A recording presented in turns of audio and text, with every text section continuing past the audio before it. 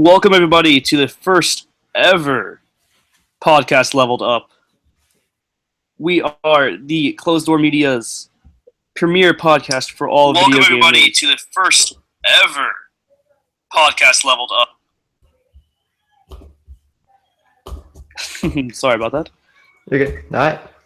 All right, well, let's get all right into it. Andy, why don't you tell us a little bit about yourself?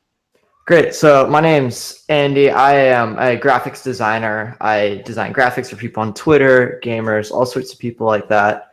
And so I love aesthetics of a game. And I'm also a competitive Gears of War player. So I've been playing Gears of War since Gears 1.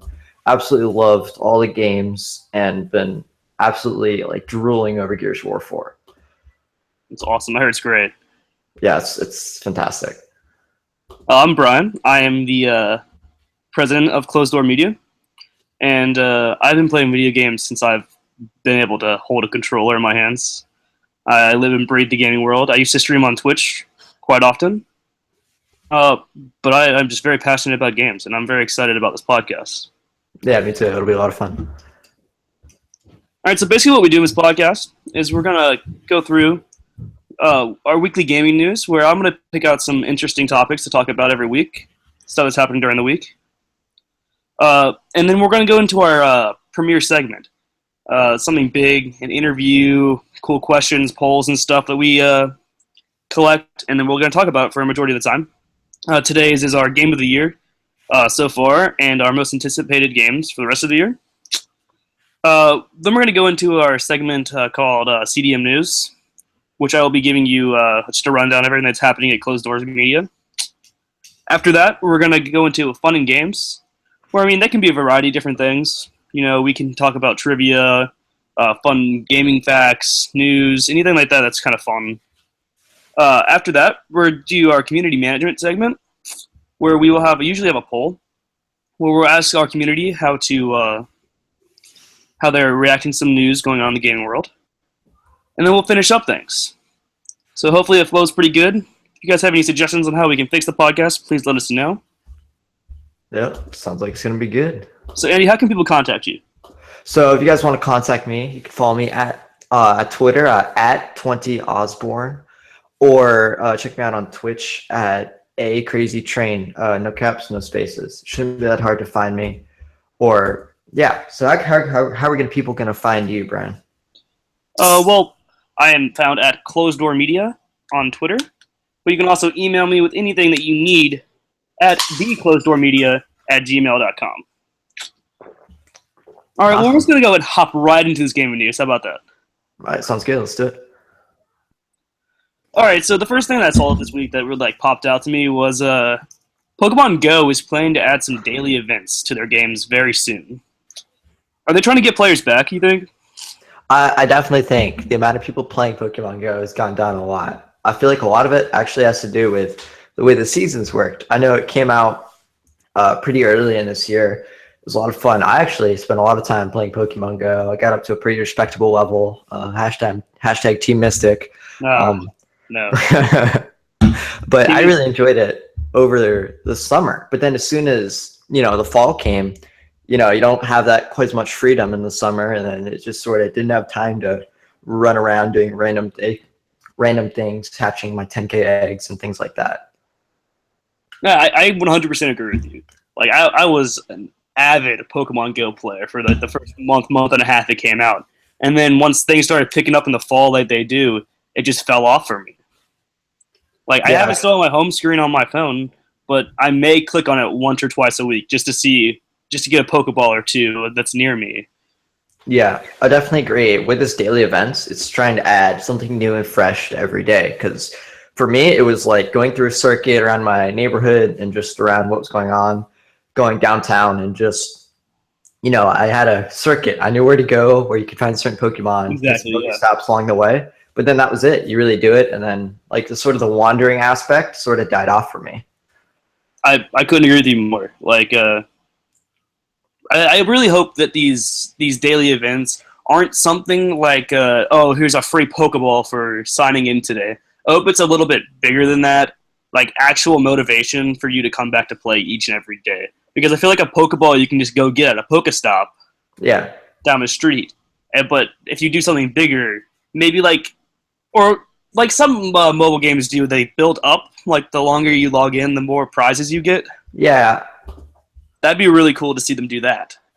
yeah. It's just to give consistent incentives because the long run incentives are only so good. Like you can only farm so many Magikarps to get my Gyarados, Oh, right? yes, But then once you yes. get it, you're like absolutely sick of those little fish Pokemon. So yeah, I definitely think the daily events are gonna make or break the consistency in this game.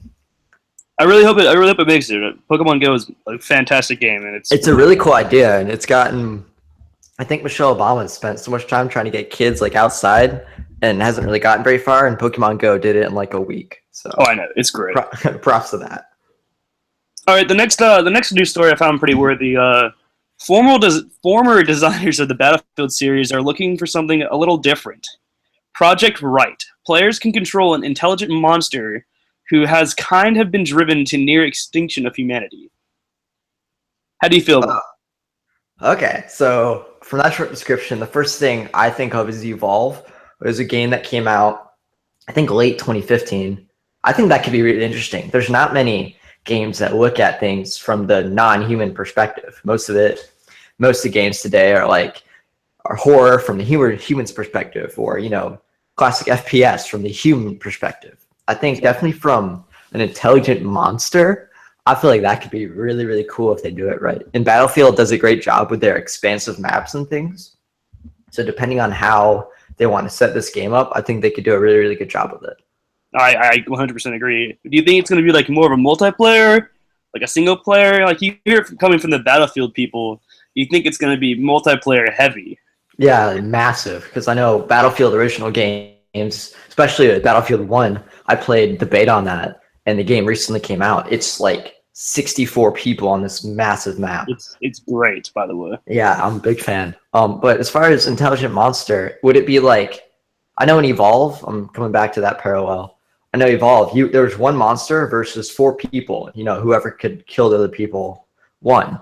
But I think maybe would it be multiple monsters, and you guys have to there's different classes and types of monsters where you have to defeat humans, or is it gonna be more like surviving as long as you can, the inevitability, like the inevitable death from humans? I'm not sure about that. Well, I mean, I think it'd be a really cool idea to see them just flip the hero's perspective to the monster. So you want to be the complete villain. You want to destroy the humankind. Yeah. That'd be really cool. Just completely turn the genre on itself. I have high expectations. I'm very hyped for it. I know a lot of people aren't very excited, or at least I haven't seen a lot of people excited. I am very excited for Project Right. It looks like if they do it right, it's gonna be really, really cool. And if they don't, I think it'd still be something fun just to dabble in and sort of get that perspective. And yeah, 100%. I trust the Battlefield guys. They know what they're doing. I hope Yeah, it's a good game. I agree totally. All right, the next little piece of news kind of branches out into different pieces of news. Animal Crossing New Leaf for the 3DS has a new update. Now, the game was originally released on November 8th, 2012. So it's about 4 years later, this game is finally getting a new update. Better late than never. But it's kind of weird because the Nintendo Switch, their home handheld hybrid console, is coming out in just a matter of a couple months. Does this mean that this home console really will not replace the 3DS? I don't know. I think it's gonna be interesting. I know the 3DS almost pretty much replaced the classic Nintendo DS. Yes. Because it said, okay, you can only play certain games on the 3DS, and those games were pretty fun. So it made you want to move on to the new mini console, I guess you could call it. I don't know, almost all console developers go through that sort of phase. With PS3, then once the PS4 comes out, more and more games are used for the PS4, and then after a while, you simply can't play PS3 without playing 5-year-old games. So I think it'll be interesting to see how they push that. I know Xbox actually backwards compatibility. That was the biggest new feature that's come out in a long time, and I love it because I could play some old classic games that I love, like Black Ops 1. I pulled that out of the dust. Exactly. It was so much fun. Do you think they'll end up making it backwards compatible, or is it just going to completely try to replace it? I have very strong opinions that they're going to have it backwards compatible. They recently they also had like a little mini announcement where they announced a bunch of 3DS games, and Yeah. especially with a hybrid mobile home console, there's no way that they'll be able to compete with a little tiny 3DS, which has a fraction of the graphical compatibility of it. So I Yeah. mean, it almost has to be backwards compatible this part.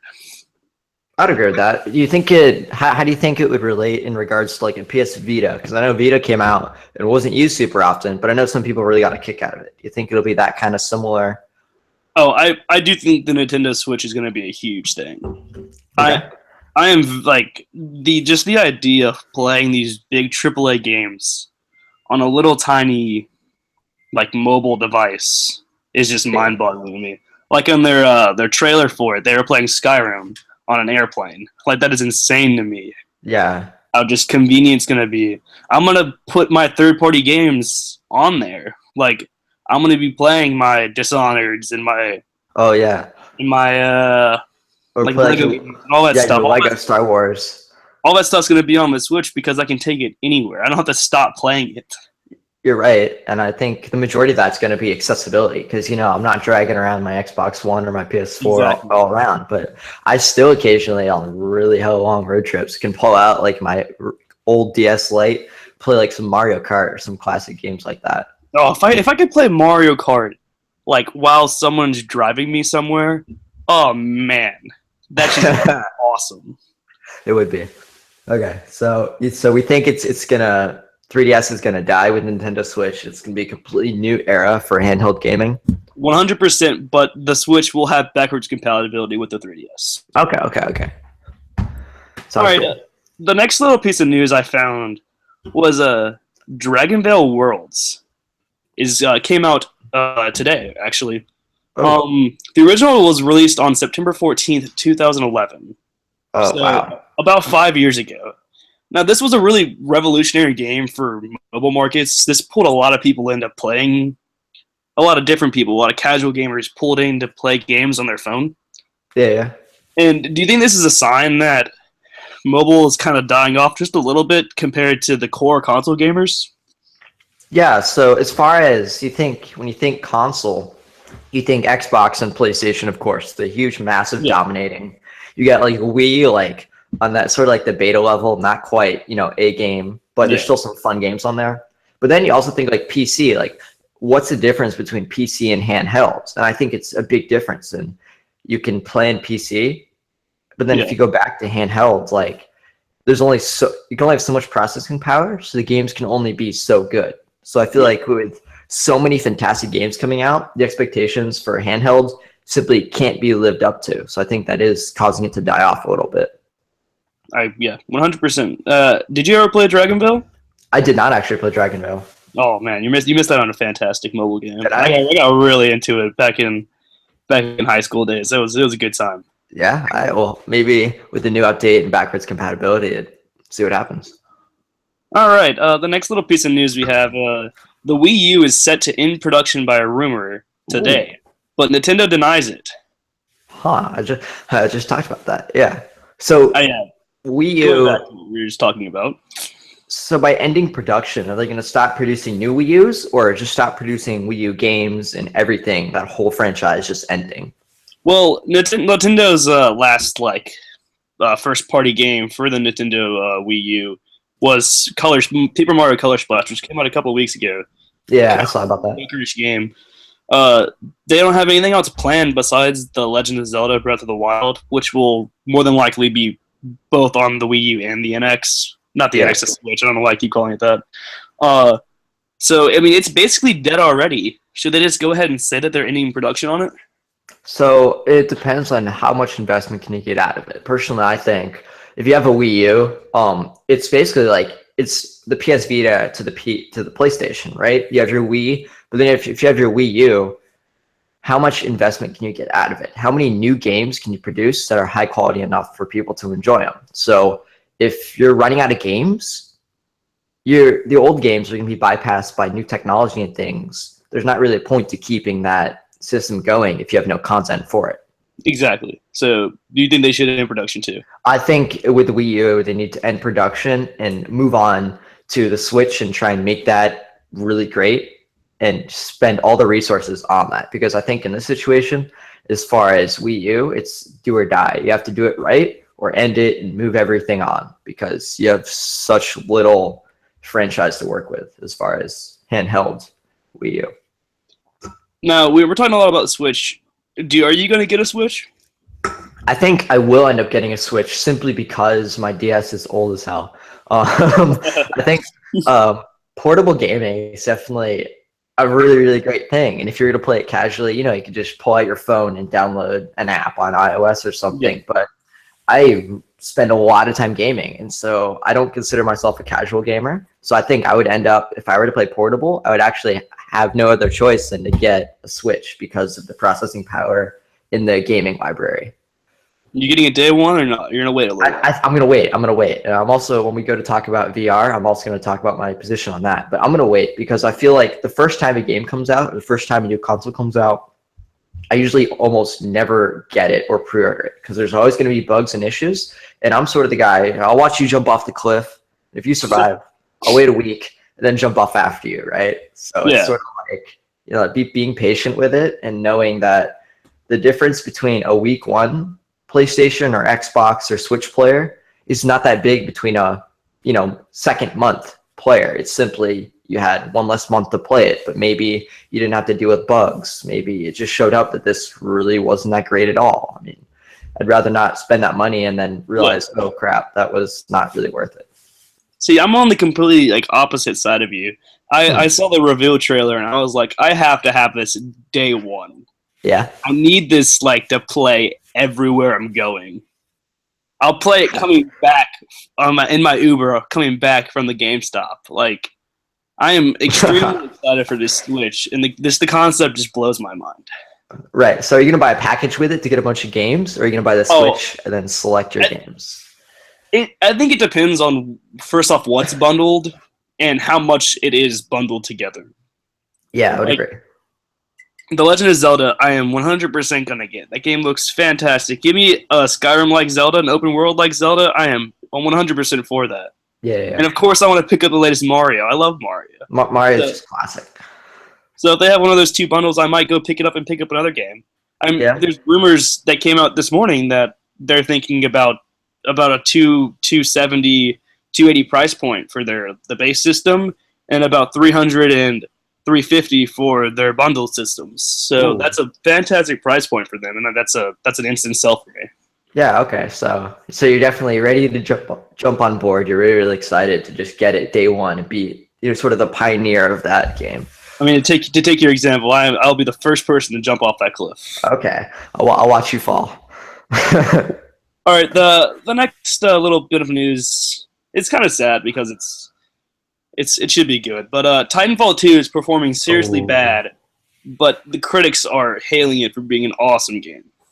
Yeah, I didn't get Titanfall 2 because I had a bunch of buddies who loved, or not loved, but really got into Titanfall 1, got it, pre-ordered it, got Titanfall 2, and then just said, they really didn't like it.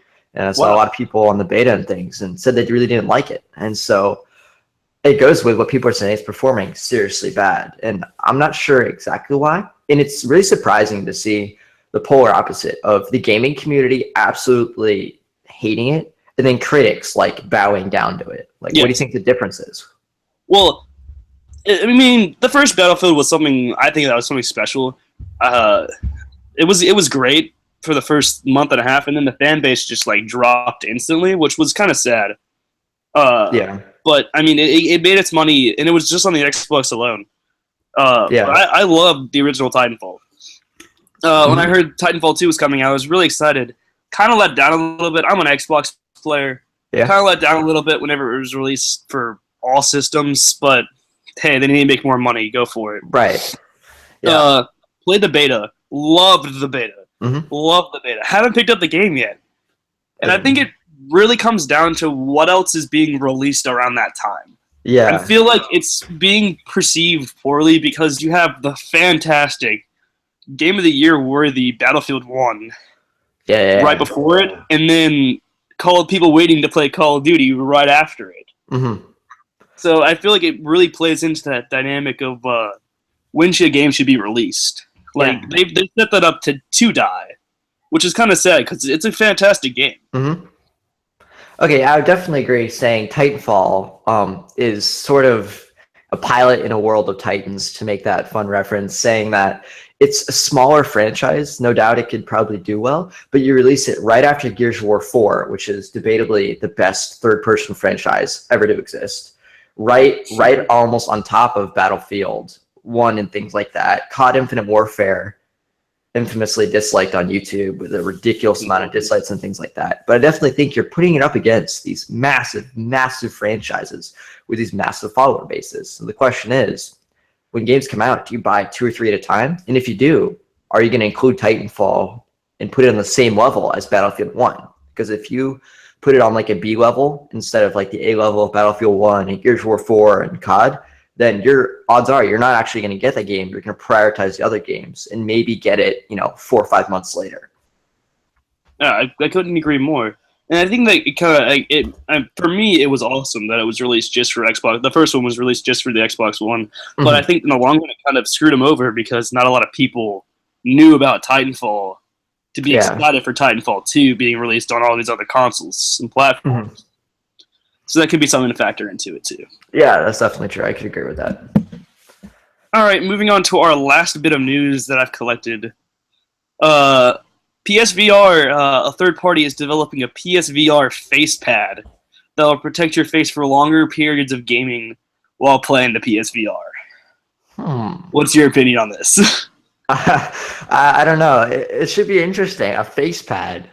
Like, you have to wonder, are there actual legitimate health concerns with playing VR for an extended period of time? Because I know when I got my Xbox, I played it like hours and hours and hours straight, just absolutely absorbed in it.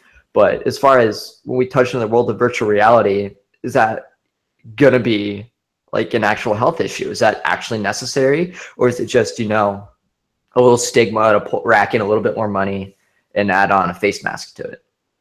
Well, I have had a little bit of dabble into PSVR. I know a couple of people that have the machine.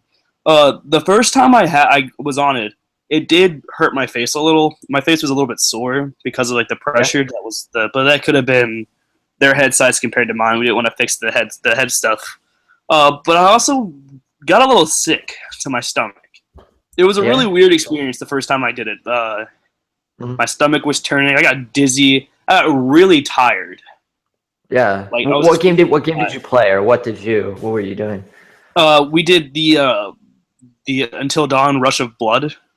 Ooh, yeah. And we also did the Job Simulator. Oh, okay. So, I feel like they were fun, but I couldn't play it for long periods of time. And maybe this face pad will help with some of these problems that it's having. And I feel like if it does help, it's going to need to be significant, because it should significantly help.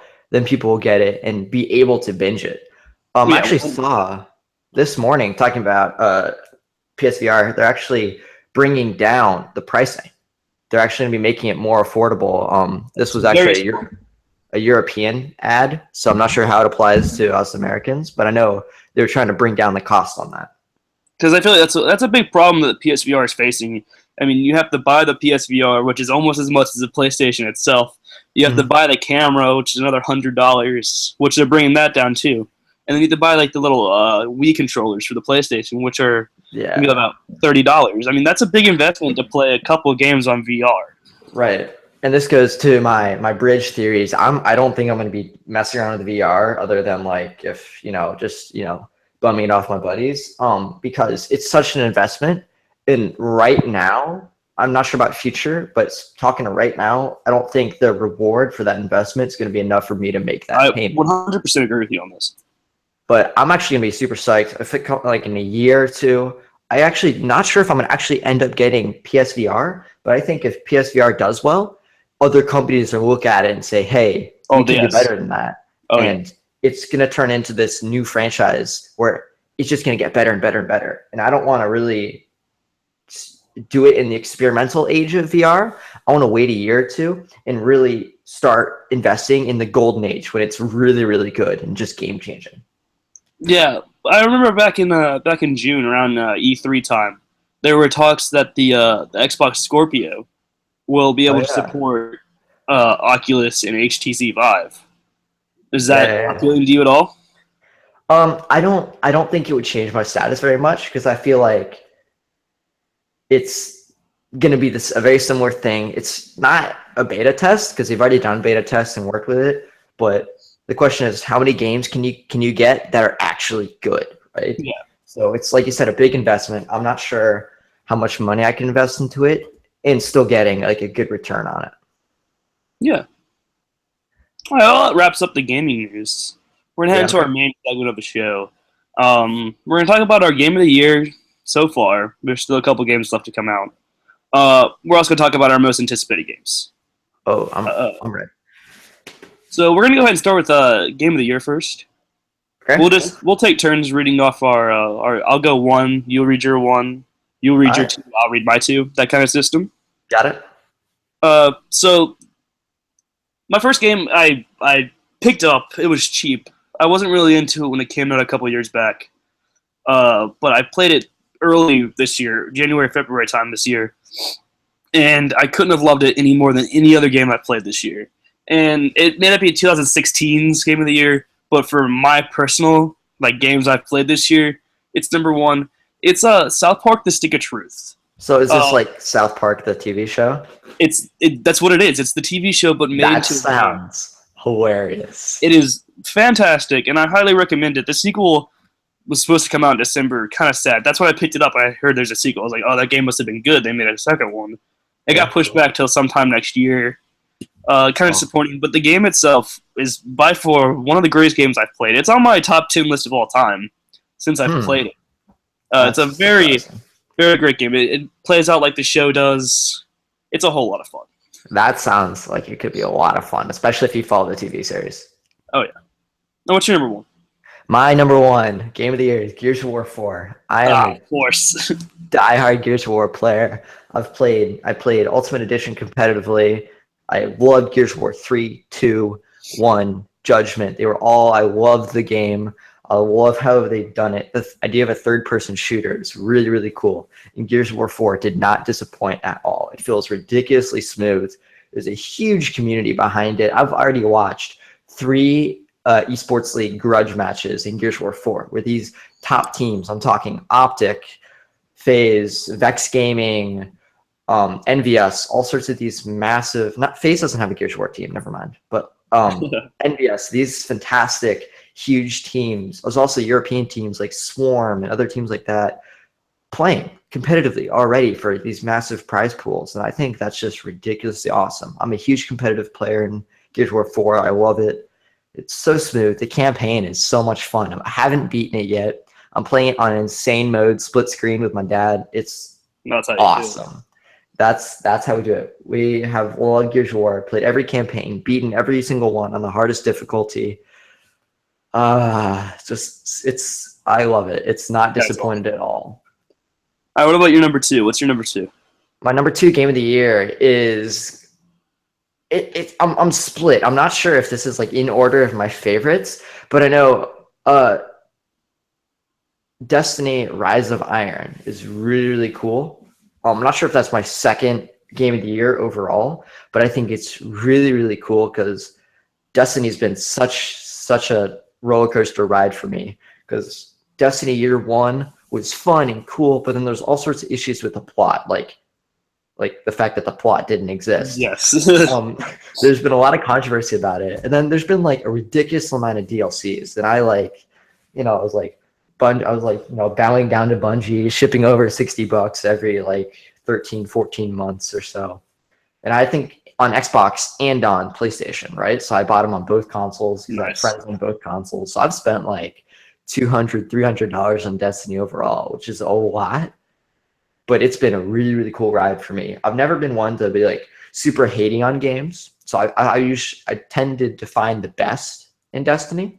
And so the best of it for me was the PvP was so much fun because Well, I mean, it's Bungie. People that It's made Bungie. Halo. You gotta Yeah. expect the PvP to be good. yeah, the PvP is great, and that's just a lot of fun. The the game's always fluctuating because there's all sorts of complaints about weapon balancing and OP guns. Year one Thorn was just ridiculously annoying. But then as far as PvE goes, I love the raids. The aspect of a raid is so cool.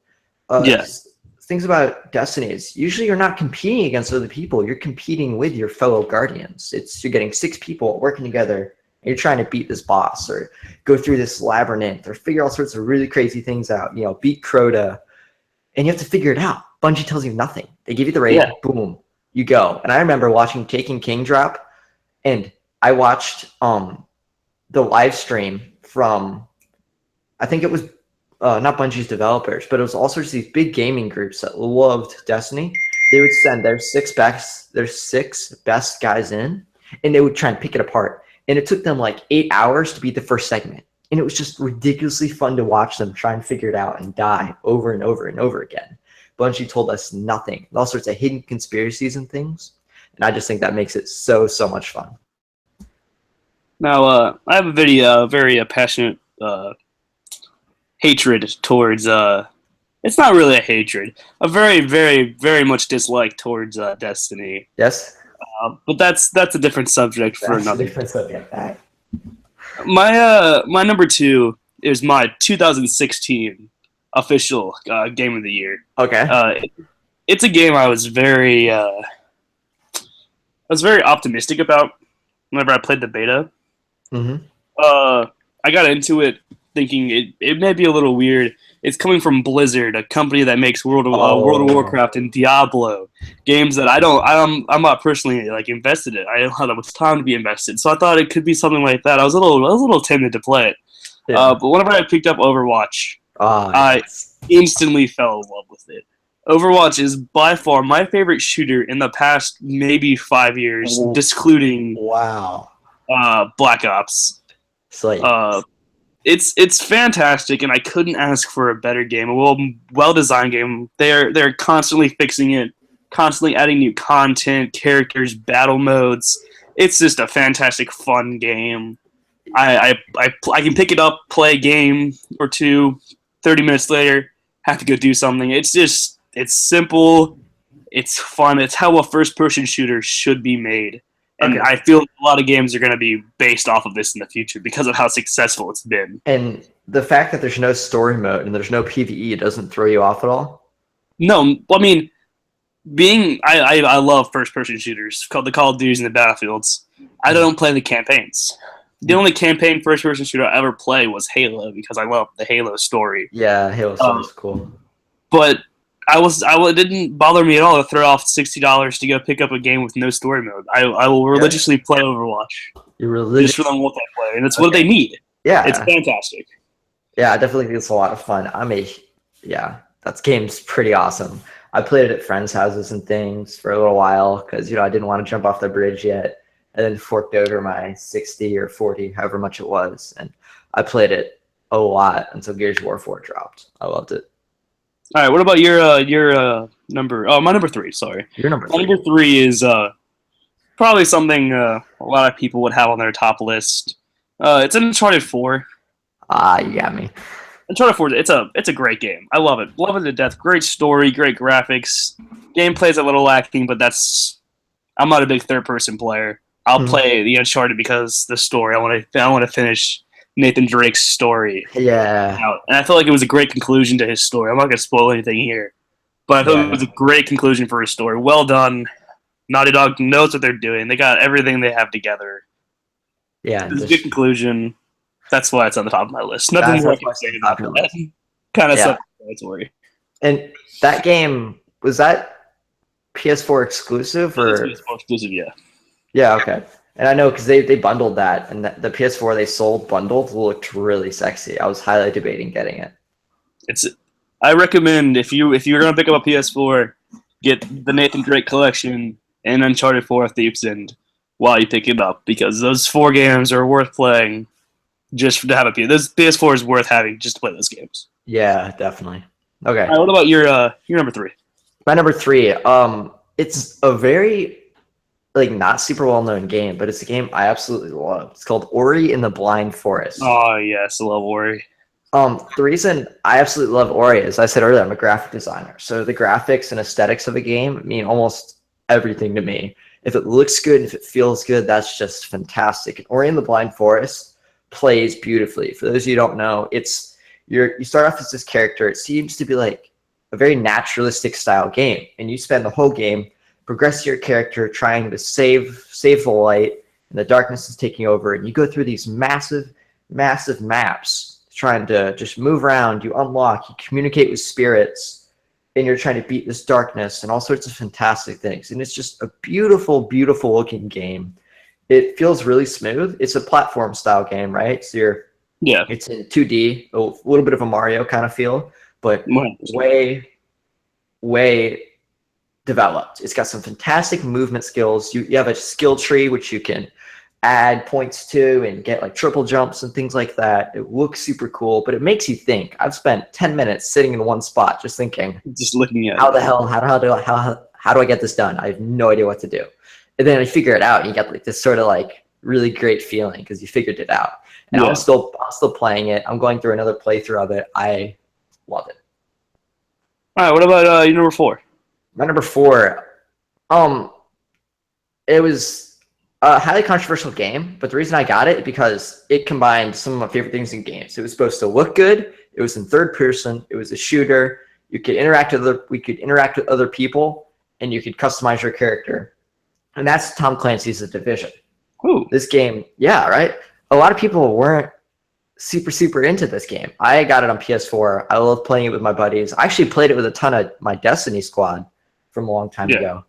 And we had so much fun patrolling the dark zone, going rogue.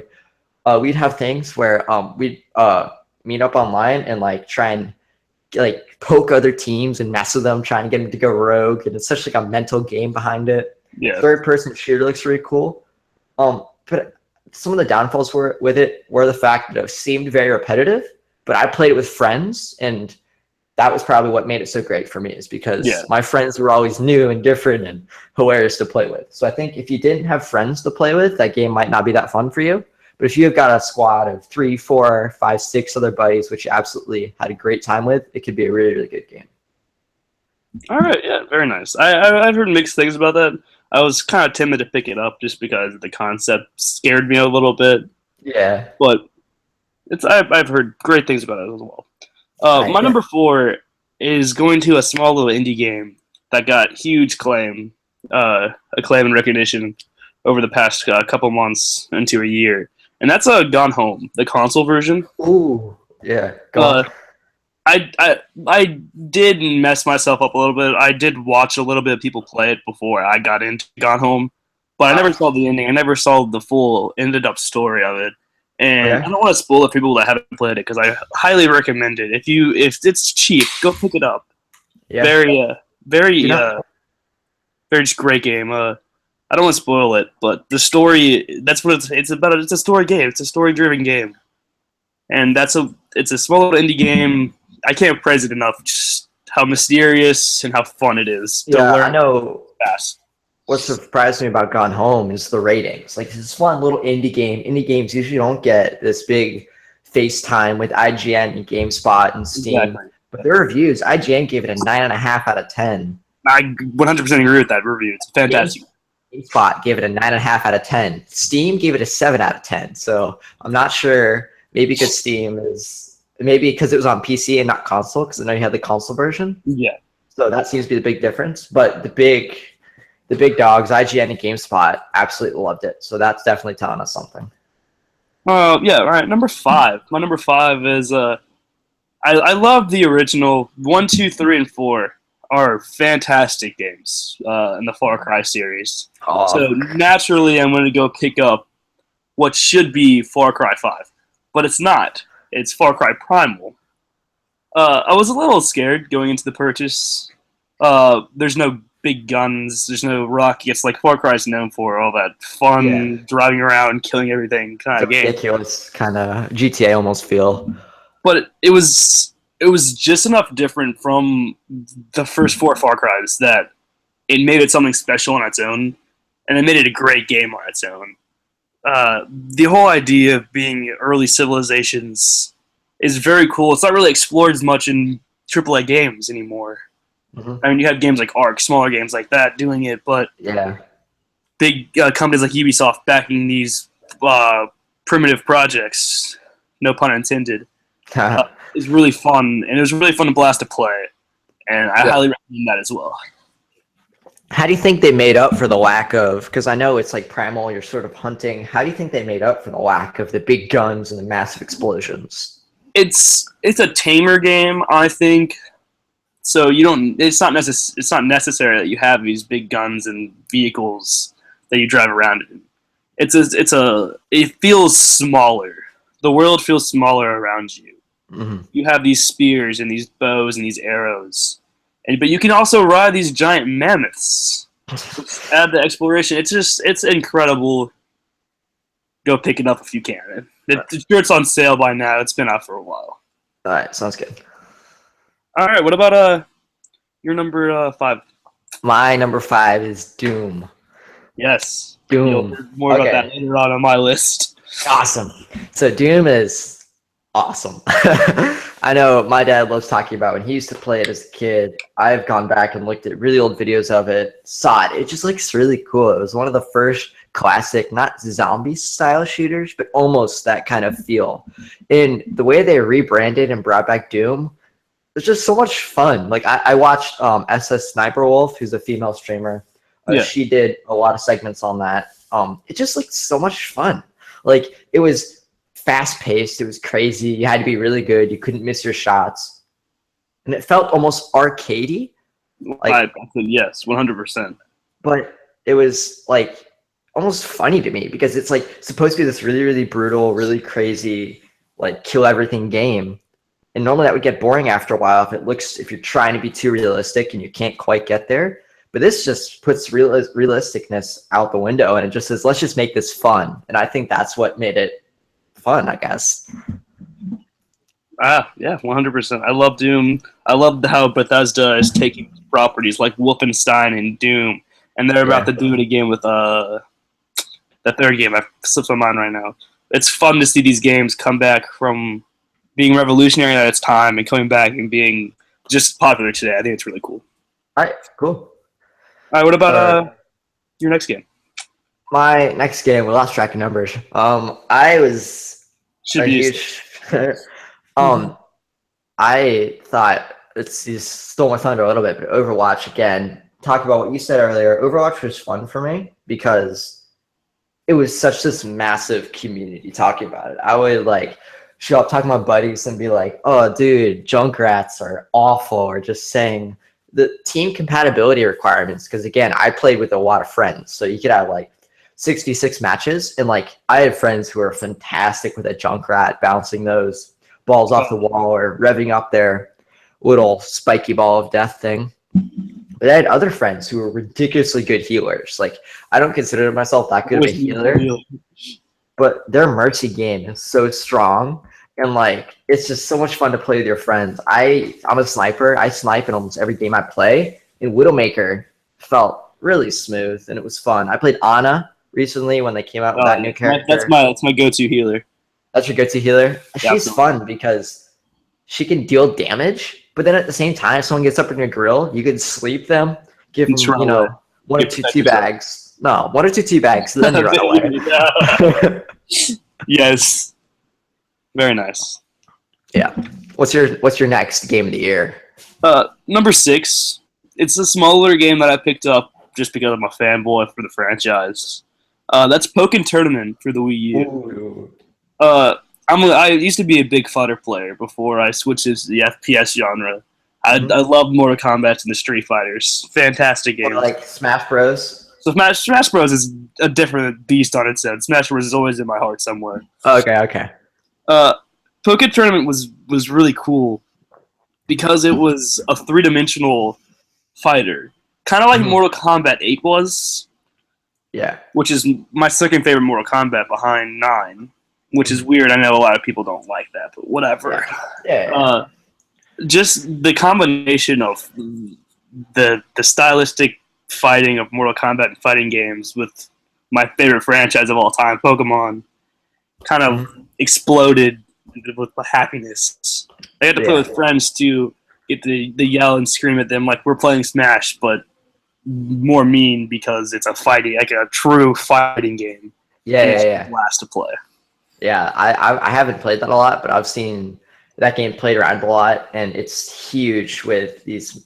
I've seen games like that get these massive tournaments and things, Oh, and it yes. just looks like you could get really aggressive, and you get to specialize in a character, right? Like you You really do, get to learn, like down to small pixel movements of your character. Absolutely. Go Pikachu Libre all the way. Right. So your following game after that? Number 7, talk about it a little before, it's Doom. Just how much fun Doom is Yeah. insane. It's so much fun to get in someone's face and just blow their head off. Oh yeah. It's a beautiful game, brutal game, fun game that hasn't gotten old to me yet. I'm still playing it to this day. Yeah. I haven't gotten deep into the single player. I hear it's pretty good, solid single player. I'm a multiplayer first-person shooter kind of guy. Yeah. So yeah. I thrive off of that chaotic, fast-paced movement of Doom. It's so much fun. Yeah. Yeah, and yeah, we talked on that a little bit earlier, but it is just great. They did a good job. They brought it back in a way that was new, but at the same time, you could remember it and still love it. Yeah. All right, what about your number? My number something or other. 7. I think it's 7. Something like that. Infinite Warfare. And this is extremely controversial. The YouTube video with the infamous amount of dislikes and ridiculous things. I got it right off the bat with some friends. Played it for a while. I was lucky enough. I got the beta from some buddies who lent me a code. And the reason I'm saying it's Game of the Year notable is because it's such a large franchise with so many people coming back to look at it and to love that game. But it's just crazy. It was just so fun. The weapons weren't super balanced. If you found the right weapons right off the bat, you could just go ham on it. I found that your specials, or you could pop out, your dual miniguns and absolutely melt people. Jeez. And I watched a lot of streamers. Like I watched Scumpy go at it. I saw Attach from FaZe. They just made that game look like so much fun. And when I played it, I wasn't super good at it because I'm more of a boots on the ground kind of player. So Black Ops 1 was my hometown. But this game, if you got good at it, I think it could become ridiculously fun. So I'm more looking at it saying, game of the rest of the year. Nice. All right, what about your number 9? Or sorry, your number 8. My number 8. I was just really, really excited with Rocket League. I know you're also going to end up talking about that, so I'll try and be brief on that because you have more hours in that game. But that game's fun. I have a lot of time in that game.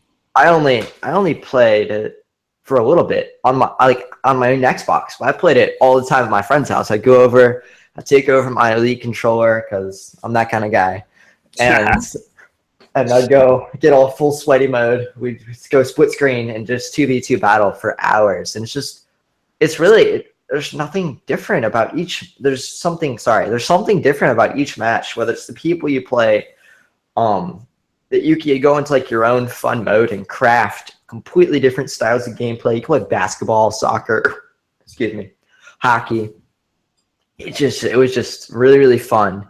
And like the arcade with your friends kind of feel is just, nostalgic. Right. I couldn't agree more. All right, so going right into that. My number 8 is Rocket League as well. Rocket League is something special. I don't play sports games whatsoever. I stay away from sports games. Rocket League is kind of a sports game, but it's different. It's so much fun. It's high adrenaline, fast-paced games, especially when you have like the chaos mode with the four people in there. It gets insane. I have my Rocket League team where top tier divisions and normal play, like customize my car, do like all these cool things, and they keep updating it. They keep bringing new content to the game, and I couldn't be happier with everything that they've done to the game, everything that they're still doing with the game. And also, the competitive play is some of the best on any kind of game that they have. It's Yeah. fantastic. It's maintained. It's just a great game all around. Fun to play. Yeah, it really is. Your Alright. following game? Number 9. It's gonna go to good old Pokemon Go. A. It got me out and moving, going to catch those Pokemon. Oh, Man, it was a great game. There's not a whole lot you could say. Everyone's played Pokemon Go. They know it's in a lot of people's top of the list games. Yeah. Just how addictive it was and how crazy the fad got is Mhm. insane. It's sad to see it starting to die off a little bit, but hopefully they're bringing it back to people. Yeah, and I think it's been the biggest. We were talking about mobile devices things earlier. That really has been the best iPhone or Android style game in a long time. It's like it's up there with. I played Jetpack Joyride for a ridiculous amount of time, but I played this game for even more time, and it's just so much fun. And the fact you can interact with the world around you, like I know there's a lot of Pokestops and Pokemon and graveyards and things. Yeah. So like I know there's a graveyard here, and there's like it's right in downtown. So like I actually go downtown, jog down, get my 5K eggs up, and then like find them, and it's just really cool.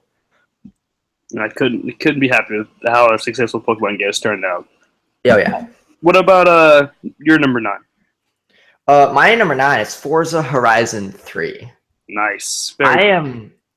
I grew up on racing and flying games, so my friends all hate me because I play inverted, right? Y-axis inverted. Yeah, I know you're like trying to hold back vomit, but I grew up playing inverted. That's just how my dad taught me, and I played the earliest games just inverted because I played like flying games like Apache Helicopter and things like that. But Forza Horizon is super cool. I loved it. The graphics were really nice. Yeah. It moves fast. You can customize your cars to an extent that makes them feel like you're yours. And like you want to go to the dealership and say, like, show them the picture, like, hey, can I get this? It's really nice. It allows you to like sort of just have fun, and like you can go so fast, and you could just be ridiculously reckless, or be like, the guy who stops at a red light or something. Like it's just really fun. It's fast. Well, it's a long racing game. You want it to be fast paced. Oh yeah, it's so nice. All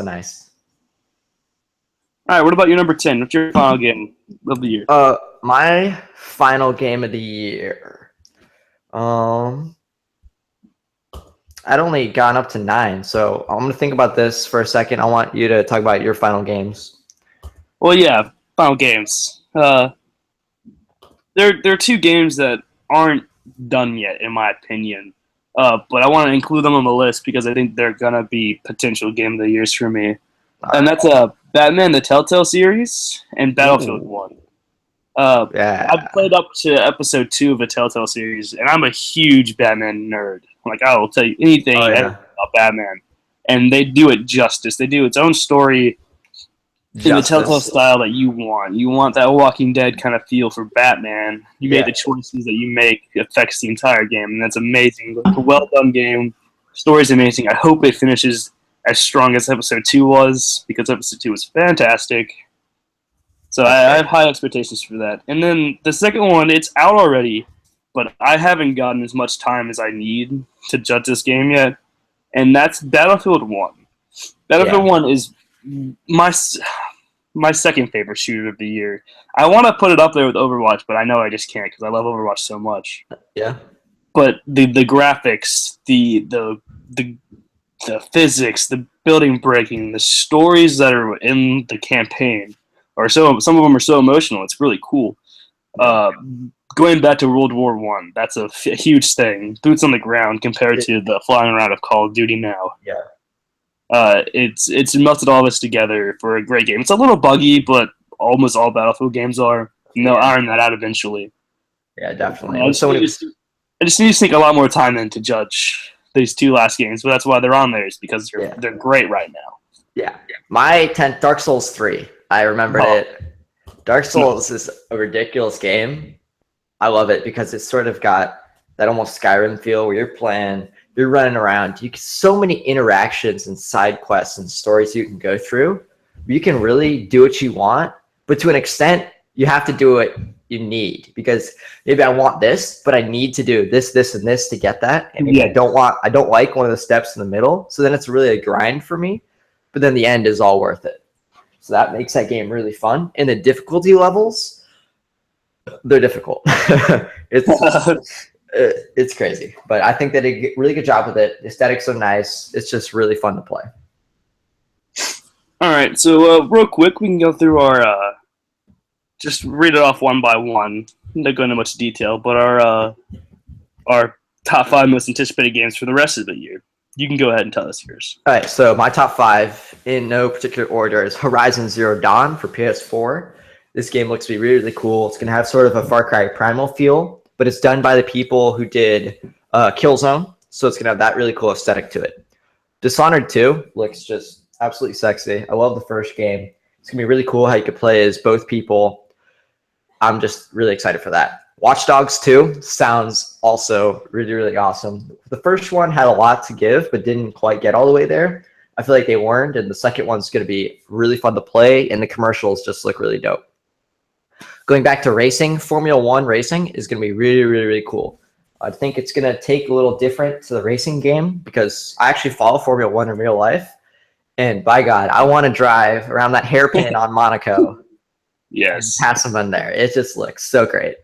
And my final one is going to be Days Gone for PS4. The reason I like it is it's third person.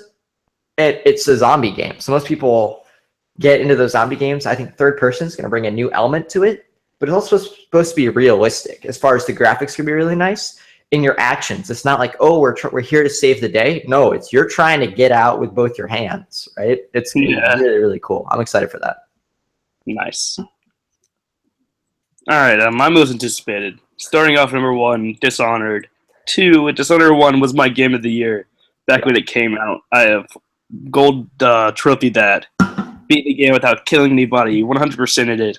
Fantastic game. It was really dark, too. Love the first Dishonored with all my heart. Very excited for Dishonored 2. Hope it's a lot of the same. I hope it doesn't change much. My second one is Final Fantasy 15. Ooh. And I'm excited for Final Fantasy 15 because it's been a long time coming. Also because of the open world NIS. NIS is being only parts of its open world. I'm very excited about that. I really hope it comes to the Switch, just so I can play Final Fantasy on the go. That'd be amazing. That'd be sitting on the subway or something. That'd be great. Exactly. Number 3, of course, should be higher, I think. It should be number 1, but no particular order. Number 3, Pokemon Sun and Moon. Ooh. Again, huge Pokemon fan. Comes out 2 weeks. Oh, I'm so excited. It's going to be cool. It's going to be great. Number 4, Advanced Warfare. Yeah, I'm a little iffy on Advanced Warfare. I'm really excited to pick it up and play it. I didn't get the chance to play the beta, but I want to pick it up. I want to play it. I love Call of Duty. I've gotten every Call of Duty since 3. Yeah. Continue to play Call of Duty for the rest of my life. But a little scared about it, but I'm also very excited. Yeah, it has so much The last one is The Last Guardian. And that's because I just want to see what it is. It's been in development for so long. I just want to see what it is and how it's going to play. What kind of game is it? I haven't heard of it. Exactly, we don't know. It's like an adventure game. Yeah. Platforming adventure game with a giant dog.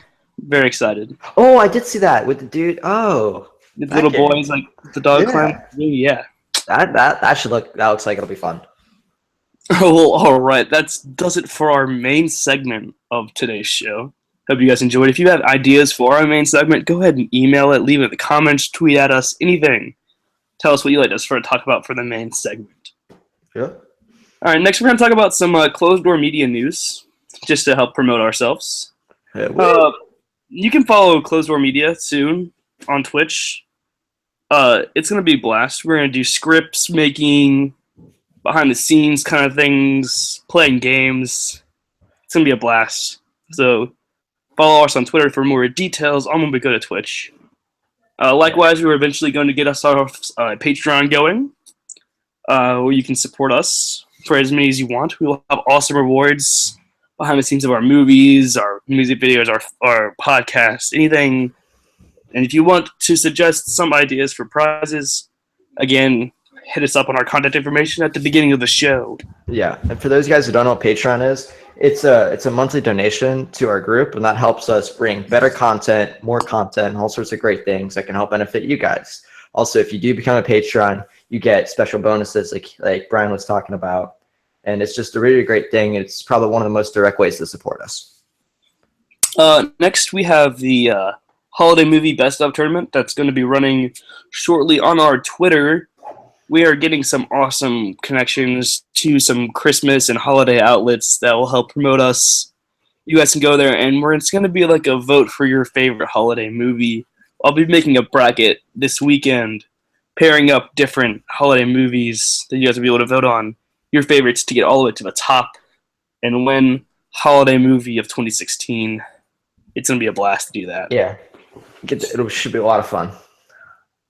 Next, our blog is always on our Twitter. It's the website that you see under our Twitter bio. There we will awesomely have our writer, David. He's a great guy. He writes for us. He's getting some of his schoolwork done now. He's going to write a lot more for us coming up. It's going to be awesome. He's a fantastic writer. But there you also find our weekly updates, sometimes weekly updates. I'm slacking on that a little bit and all this stuff. But that's cool. Go check out our blog. The information is on our Twitter. And lastly, we'd like to thank you guys for watching this video, and we want to ask for you guys to promote this video as much as possible. Push it out. Push our Twitter. Follow us on Twitter. Shout us out anywhere you can. We'll let Closed Door Media grow, because the more we grow, the more we're able to benefit all of you guys.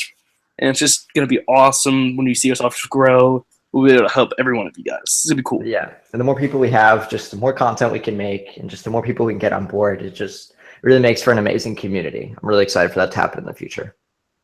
All right, we're going to go into some funny games.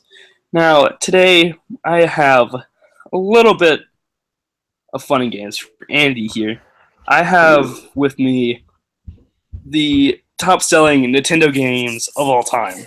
We talked a good bit about Nintendo today. And so I'm going to ask you just an open question about Nintendo.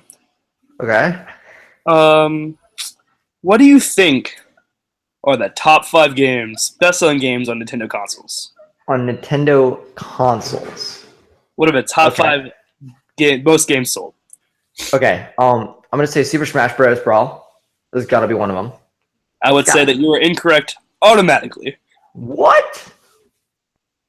Take another stab in the dark. Nintendo consoles. Let me think about that for a little while. I know I haven't spent a ton of time on Nintendo, but it's a lot of fun. Of all time, right? Of all time, yes, of all time. Okay, Galaga? No. Really? That's surprising. Not even in the top 20. Galaga's not even in the top 20. Oh, wow. Okay, Tetris? Tetris is in the top 10, not the top 5. Tetris is number 10. Okay. Getting closer. We're working it. Okay.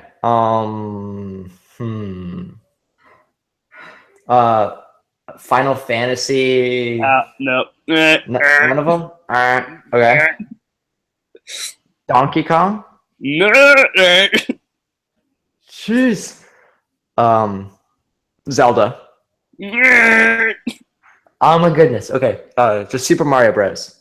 There you go. Super Mario Bros. For the NES is number 5 with 40.23 million sold. And that was also included with the bundled Nintendo Entertainment System back way in the day. So we got 1 out of 5. Okay. For another one. Let's go for some more.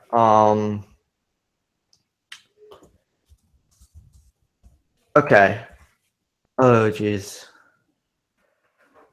I already said Legend of Zelda. That wasn't it. Nope. I'll give you one more guess, and then I'll tell you the list. I'm failing at this one today. Pac-Man? No. Huh? Surprisingly not. No Pac-Man. Pac-Man No not even in Pac-Man. the top 20. Wow, Okay. that is surprising. Well, top 5 from least to greatest was, of course, Super Mario Bros. For the NES, 40.2 million copies sold. Number 4 is Pokemon Gold, Silver, and Crystal Oh. for the Game Boy Color.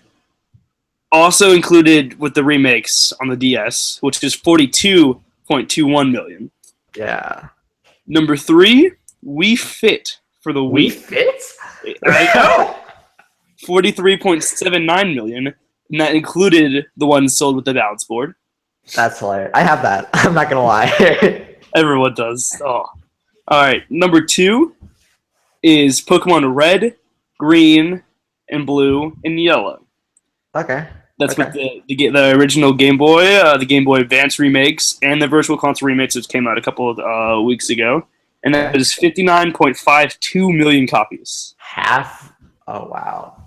Half of 100 million. That's ridiculous. And of course, the number 1 highest selling game of all time is a Nintendo only game, which is Wii Sports for the Wii. Oh. Yeah. 82.78 million copies sold. That is includes the package with ridiculous. the Wii U in all regions except Japan. Except Japan, because screw Japan. No. That game was so much fun. I loved it. Nintendo's great, and I hope Nintendo Switch is just as successful. All right, Great. time for our community poll. Yep, we're wrapping up right now. 5 more minutes. Put nails in the fireplace mantle? All right. Our Great. So community closing poll. remarks. Our community poll. Our community poll this week is the podcast level up poll. What is your first Pokemon experience? Is it through the games, the anime, the trading cards, or is it through Pokemon Go? Let us know. It is over on our Twitter, where you can go and talk to us there. I gotta ask you, what was your first experience with Pokemon? My first Pokemon experience was the Pokemon games. The first games I ever played were Gold and Silver, way back in the day. I played Gold and Silver, then I went back to play Red and Blue after that. I experienced Pokemon for the first time, and then I fell in love with it there. I've collected cards for years. Yeah. I watched the anime up for a little while. I don't keep up with it anymore, and Pokemon Go is so big for me. What about you? Mine was the cards. I love the cards. Nice, very nice. I Alright, love guys. the cards. We're about to wrap it up here. Thank you so much for watching and listening to the first ever podcast Leveled Up.